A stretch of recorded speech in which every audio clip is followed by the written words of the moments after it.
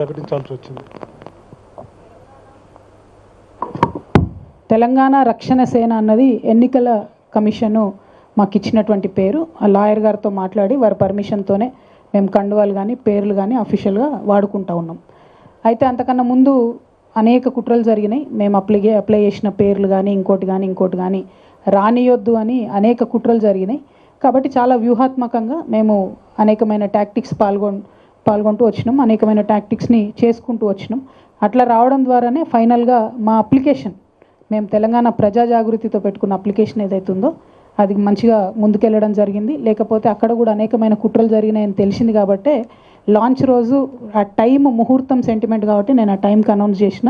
పేరు మాత్రం వ్యూహాత్మకంగానే రకరకాలుగా చెప్తూ వచ్చినాం. బట్ అల్టిమేట్గా ఎన్నికల సంఘం నుండి మాకు వచ్చిన పేరు తెలంగాణ రక్షణ సేన. అంటే టీఆర్ఎస్ అనేది నిజంగా నాకే రాసి పెట్టున్నట్టుంది బ్రదర్. అది నేను థర్డ్ చాయిస్ పెట్టిన, ఫస్ట్ చాయిస్ పెట్టలేదు, సెకండ్ చాయిస్ పెట్టలేదు. 5 పేర్లు అడితే అందులో టీఆర్ఎస్ అనే పేరు వాళ్ళు వెతికి మరీ రక్షణ సేన ఇచ్చిండ్రు. కాబట్టి ఐఎమ్ హ్యాపీ. దేవుడు దయ ఉంది, దైవ నిర్ణయంగా నేను భావిస్తూ ఉన్నా. కాబట్టి తెలంగాణ రక్షణ సేన పేరుతోనే ప్రజల మధ్యలోకి వెళ్తాం, వారి ప్రేమను పొందగలుగుతామని కూడా నేను భావిస్తాను. కవిత గారు, మధు అండి ఇక్కడ మరి మధు ఆర్టీవీ నుంచి. మీరు పార్టీ అనౌన్స్మెంట్ చేసినప్పటి నుంచి కాస్త విమర్శలు బయట నుంచి అన్ని పార్టీల నుంచి చేస్తూ ఉన్నారు. డైరెక్ట్గా రాష్ట్ర ముఖ్యమంత్రి రేవంత్ రెడ్డి స్టేట్మెంట్ చేసిరు, ఉన్న పార్టీకే దిక్కు లేదు, కొత్త పార్టీ వచ్చి ఏం చేస్తుంది, వాళ్ళ ఇంటి పంచాయతీ మాకు రుద్దొద్దు అనేటువంటి స్టేట్మెంటు. ధర్మపురి అరవింద్ ఏమో మొన్నటిదాకా పిట్టల ద్వారా ఇప్పుడు పిట్టల ద్వారా సానని.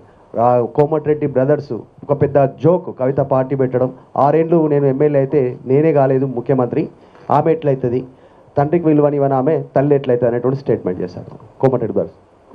ముగ్గురు తిట్టమంటావా అని ఒకటేసారి అంటే ఇప్పుడు పాయింట్ ఏంటంటే భారతీయ జనతా పార్టీకి వాస్తవానికి తెలంగాణలో స్పేస్ లేదండి. వాళ్ళు సామాజిక న్యాయానికి బద్ధ వ్యతిరేకులు, బద్ధ విరోధులు. 12 ఏళ్ళు వాళ్ళ ప్రభుత్వంలో ₹1 తీసుకురాలి తెలంగాణకు. ఎవరైతే విమర్శ చేసిన అరవింద్ మా కర్మగాలి, మా నిజామాబాద్ ఎంపీ, ఆయనకి నేను మళ్ళీ చెప్తున్నా, మీరు బుద్ధి తెచ్చుకోండి బ్రదర్, కొంచెం ఇప్పటికన్నా ₹2 పట్టుకురండి, మన రాష్ట్రానికి తీసుకురండి. మీ ప్రధానమంత్రి గారు పోయినసారి ఎన్నికలలో పాలమూరుకు వచ్చి పాలమూరు రంగారెడ్డికి నేను ప్రత్యేక హోదా, నేషనల్ స్టేటస్ ఇస్తా అని చెప్పి అది పట్టుకరండి జరా. ఇప్పుడు 10వ తారీఖు మోడీ గారు వస్తున్నట్టున్నారు కదా, మరి తీసుకొని వస్తారా పాలమూరు రంగారెడ్డి, లేదా 2-3 లక్షల కోట్లు మూట తీసుకొని వస్తారా? అట్లా తీసుకురండి. నన్ను తిడితే ఏమొస్తుంది బీజేపీ వాళ్ళకు చెప్పు. నేను చేసేది నా పని నేను చేసుకుంటూనే పోతా, తెలంగాణ ప్రజల దగ్గర నేను పోతా, ప్రజలు ఏది చేస్తే అది అల్టిమేట్గా అవుతుంది. ఇక కాంగ్రెస్ పార్టీలో వాళ్ళు జోక్ అనుకున్నా ఏమనుకున్నా ఇట్లా మస్తు అనుకుంటారు. ఒక ప్రయత్నం మొదలుపెట్టినప్పుడు చాలామంది డెమోక్రటిక్ సిస్టంలో కాన్స్టిట్యూషన్ని గౌరవించే వాళ్ళు చిన్న పార్టీ పెద్ద పార్టీ అని కాదు, పార్టీ ఉండడమే పవర్, ఒక పొలిటికల్ పార్టీగా ఉండడమే పవర్. అది పవర్లోకి వస్తుందా రాదా, ప్రతిపక్షంగా ఉంటుందా సెకండరీ.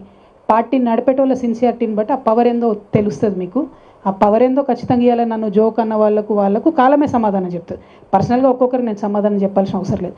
కానీ బీజేపీ వాళ్ళకి మాత్రం నేను చెప్పేది ఏంటంటే 10వ తారీఖు మీ ప్రధానమంత్రి గారు వస్తున్నారు కాబట్టి కొంచెం నిధులు మోసుకురమ్మని చెప్పండి, కొంచెం పాలమూరు రంగారెడ్డికి స్టేటస్ ఇవ్వమని చెప్పండి, బీసీ బిల్లు పెండింగ్ ఉంది దాన్ని తీసుకురమ్మని చెప్పండి. మహిళా బిల్లును అక్కడ తెలిసి ఫెయిల్ అవుతుందని తెలిసి మహిళా బిల్లు ఇంట్రడ్యూస్ చేసిన బీజేపీని మాత్రం ఈ దేశ మహిళలు క్షమించరు, తెలంగాణ మహిళలు అసలుకే క్షమించరు. కాబట్టి ఆ మహిళా బిల్లును జర క్లారిటీ తీసుకొని రండి తప్పితే నా మీద విమర్శ చేస్తే ఏమొస్తుంది. రాహుల్ జీ బోలి అక్క, నేను కరుణాకర్ 10 టీవీ అక్క. ఓకే.